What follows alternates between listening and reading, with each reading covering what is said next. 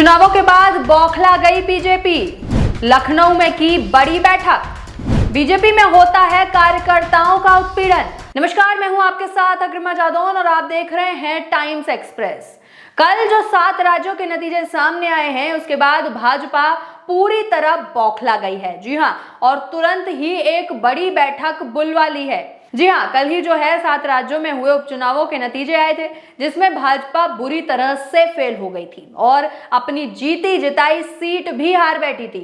और इसी के चलते आज यूपी बीजेपी की कार्य समिति की बैठक जो है वो लखनऊ में हो रही है, जिसमें सीएम योगी सहित 2500 नेता और पदाधिकारी शामिल हैं।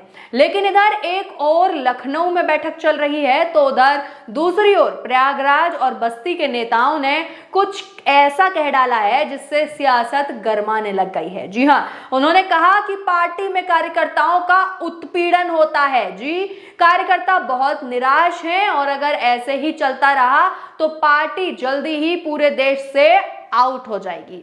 जी हां, ये खुद भाजपा पार्टी के नेताओं के शब्द हैं। इस पर यूपी तक ने एक पोस्ट भी साझा की है, जिसमें लिखा है, यूपी बीजेपी की कार्य समिति की बैठक लखनऊ में जारी है। बैठक से इतर प्रयागराज और बस्ती के नेताओं ने यूपी तक से बातचीत में खुलकर अपनी बात रखी है।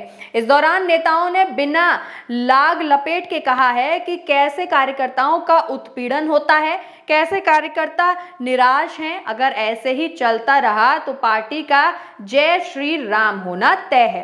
बस्ती से आए एक कार्य समिति के पदाधिकारी ने कहा कि बस्ती में पार्टी को प्राइवेट लिमिटेड पार्टी बना दिया गया, सिर्फ अपने लोगों की पार्टी बनाकर छोड़ दिया गया। 30 से 35 सालों से पार्टी से जुड़े कार्यकर्ता भी आज निराश हैं। इसके साथ ही उन्होंने जो है वो न्यूज़ फ्लैश के जरिए एक पोस्ट भी साझा की है, जिसमें उन्होंने लिखा है कि बीजेपी कार्य समिति की बैठक अपनी ही पार्टी और सरकार पर बरस रहे नेता। ये एक सूत्रों के हवाले से जो है इन्होंने खबर चलाई है, जो कि इनके सूत्रों ने दी है। इसी पोस्ट पर एक लंबा चौड़ा कमेंट भी है, जिसमें सुशील शुक्ला जो है वो अपने कुछ विचार रखते हुए और फैक्ट रखते हुए दिखाई पड़ रहे हैं। उनका क्या कहना है, आइए आपको बताते हैं।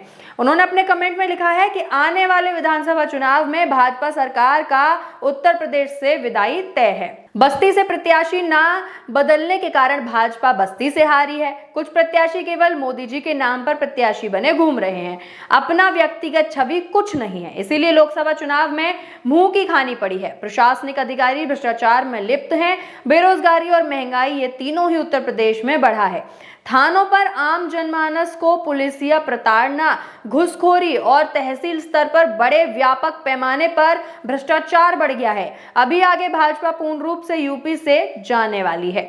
युवा वर्ग को उम्मीद है कि अखिलेश जी के आने के बाद कुछ उनका भला हो सकता है। इसीलिए आने वाले समय में युवा वर्ग और आम जनमानस समाजवादी पार्टी को समर्थन देगा। यानी कि जिन्होंने कमेंट किया है, यानी कि सुशील, ये सीधे सीधे ये कहना चाहते हैं कि आगे जो विधानसभा चुनाव होने वाले हैं उसमें जो है वो अखिलेश जी जीतने वाले हैं। जी हाँ, ये इनका कहना है कि कहीं ना कहीं जो यूपी में धांधलेबाजी, महंगाई और बेरोजगारी जो है वो चरम पर पहुंच चुकी है और जो युवा है, युवा की अब पहली पसंद योगी जी नहीं बल्कि अखिलेश बन चुके हैं। जी हाँ, ये सीधा सीधा इनका कमेंट कहता है कि इन्होंने कहीं ना कहीं ये एक मोहर लगा दी है कि आने वाले विधानसभा चुनाव में, अगर वो विधानसभा चुनाव अभी हो जाते हैं या फिर 2027 में ही क्यों ना हो, तो जो युवा है यूपी का वो अखिलेश यादव को वोट देगा और अखिलेश यादव को अगला सीएम चुनेगा। और अब इनकी कही हुई बातें कहीं ना कहीं सही भी लगने लगी हैं, क्योंकि 40 सदस्यों वाली यूपी भाजपा की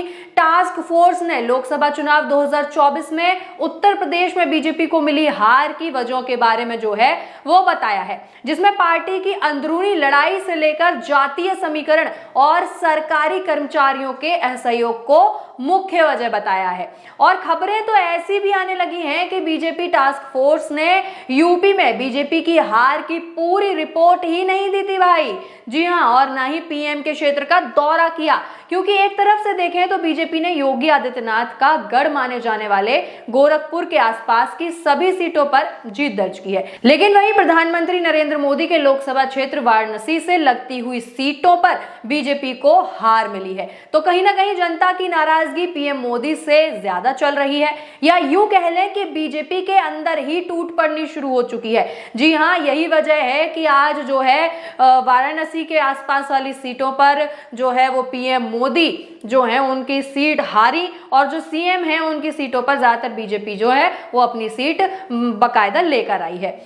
टूट इसलिए भी पड़ रही है क्योंकि कहीं ना कहीं जो सीएम है उनको होम मिनिस्टर जो अमित शाह हैं वो, और जो पीएम मोदी हैं यानी कि मोदी और शाह की जोड़ी ने सीएम योगी को कहीं ना कहीं दरकिनार किया है। ऐसी खबरें सूत्रों के हवाले से आ रही थी, लोकसभा चुनाव से पहले से ये खबरें आ रही थी, क्योंकि अब ऐसी खबरें भी आ रही हैं कि सीएम योगी के सुझाव को जो है वो नजरअंदाज कर दिया गया था और पीएम मोदी और होम मिनिस्टर अमित शाह ने अपनी चलाते हुए सांसदों के नाम जो है वो तय कर लिए थे। यानी कि जो योगी जी हैं उन्होंने लोकसभा चुनाव में अपने प्रत्याशी उतारने से पहले, लोकसभा सीटों पर प्रत्याशी उतारने से पहले सुझाव दिया था कि इन जो प्रत्याशी हैं इनको इस सीट से उतारा जाए, लेकिन जो मोदी और शाह की जोड़ी है उसने योगी जी के सुझावों को नहीं माना और उनके कम से कम 11 सुझावों को रिजेक्ट कर दिया और सिर्फ एक सुझाव को जो है वो माना और उस पर उनका मनचाहा प्रत्याशी उतारा। और इसी बात की पुष्टि करते हुए जनसत्ता की एक न्यूज रिपोर्ट है जिसमें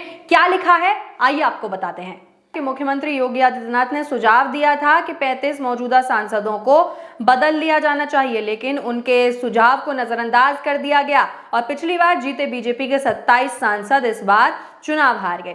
ये भी ध्यान देने लायक बात है कि बीजेपी ने योगी आदित्यनाथ का गढ़ माने जाने वाले गोरखपुर के आसपास की सभी सीटों पर जीत दर्ज की है, लेकिन प्रधानमंत्री नरेंद्र मोदी के लोकसभा क्षेत्र वाराणसी से लगती हुई सीटों पर बीजेपी को हार मिली है। यानी कि आपने देख लिया कि किस तरीके से जो है बीजेपी में कहीं ना कहीं फूट पड़ रही है और जो उनके खुद के टास्क फोर्स हैं उन्होंने ही उन्हें ढंग की जो है सलाह नहीं दी, उन्हें कोई आंकड़े ही नहीं बताए, तो जो बीजेपी में अंदरूनी कला है वो कहीं ना कहीं बिल्कुल साफ दिख रही है। और जो टास्क फोर्स की बात हो रही थी कि उसने पूरे आंकड़े ही नहीं पहुंचाए, तो वो ऐसे नहीं पहुंचाए कि उत्तर प्रदेश भाजपा की टास्क फोर्स ने वाराणसी और लखनऊ संसदीय सीटों का दौरा ही नहीं किया। जी हां, अगर टास्क फोर्स के सदस्य वाराणसी गए होते तो उन्हें पता चलता कि वाराणसी और इसके आसपास के बड़े प्रोजेक्ट्स के ठेके उत्तर प्रदेश के ठेकेदारों को नहीं बल्कि पश्चिमी भारत के ठेकेदारों को दिए गए हैं, और इसी से वहां के जो लोग हैं वो अच्छे खासे नाराज चल रहे थे। लेकिन क्योंकि भारतीय जनता पार्टी को इस बारे में कोई सलाह ही नहीं दी गई, उनको कुछ बताया ही नहीं गया, तो भाई वो इस पर काम कैसे करेंगे। तो कहीं ना कहीं इसमें जो है टास्क फोर्स की भी बहुत बड़ी गलती नजर आती है। उत्तर प्रदेश भाजपा में मनमुटाव का संकेत इस बात से भी मिलता है कि उप मुख्यमंत्री केशव प्रसाद मौर्य लोकसभा चुनाव के नतीजों के बाद लगभग 1 महीने तक दिल्ली में ही रहे थे। अब ये भाजपा में टूट नहीं पड़ रही, तो बताइए और क्या है। जनसत्ता ने जो है वो अपने आंकड़े बताते हुए इसमें रिपोर्ट में लिखा है कि 2019 में किस दल को कितनी सीट मिली थी और 2024 में जो है किस दल को कितनी सीट मिली थी। तो इसमें इन्होंने बताया है कि बीजेपी को जो है 62 सीट मिली थी, 2019 की बात कर रहे हैं हम, और वहीं 2024 में जो है वो 33 सीट जो है इस बीजेपी पार्टी को मिली थी। तो कहीं ना कहीं जो है वो आंकड़ा आधा हो गया 2024 में बीजेपी दल का। वहीं अगर सपा की बात करें तो सपा को जो है वो 2019 में केवल और केवल 5 सीट मिली थी, लेकिन जिसके बाद उसने एक इतना बड़ा कमबैक किया 2024 के लोकसभा चुनावों में कि उसने सीधे 37 सीटों पर अपनी छलांग लगा दी। वहीं अगर कांग्रेस की बात करें जो कि इंडिया गठबंधन में सपा के साथ थी, तो उसने 2019 में 1 सीट हासिल की थी और वहीं 2024 में उसने 6 सीटें अपने नाम की, जो कहीं ना कहीं 1 से 6 तक का जो आंकड़ा है वो बहुत बड़ा है।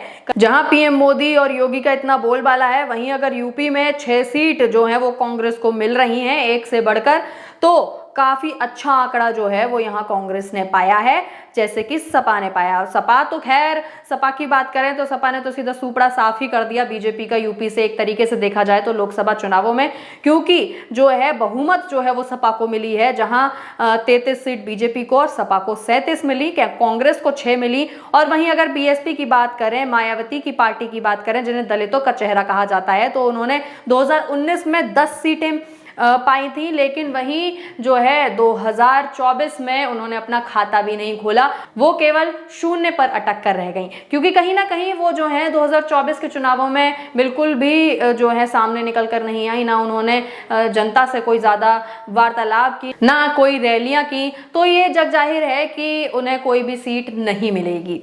वहीं अगर रालोद की बात करें तो रालोद को 2024 में 2 सीटें मिली हैं, वहीं अपना दल को 1, जहां 2019 में अपना दल को 2 सीटें मिली थी, तो वहीं 2024 में उसका एक आंकड़ा गिर गया और 1 सीट मिली। वहीं आजाद समाज पार्टी कांशीराम की बात करें तो उन्होंने भी 2024 में अपना खाता खोला और एक जो है सीट अपने नाम कर ली है। आपका इस सब पर क्या कहना है, आपका इस पर क्या मत है, हमें कमेंट करके जरूर बताएं। तब तक के लिए बने रहें टाइम्स एक्सप्रेस के साथ। धन्यवाद।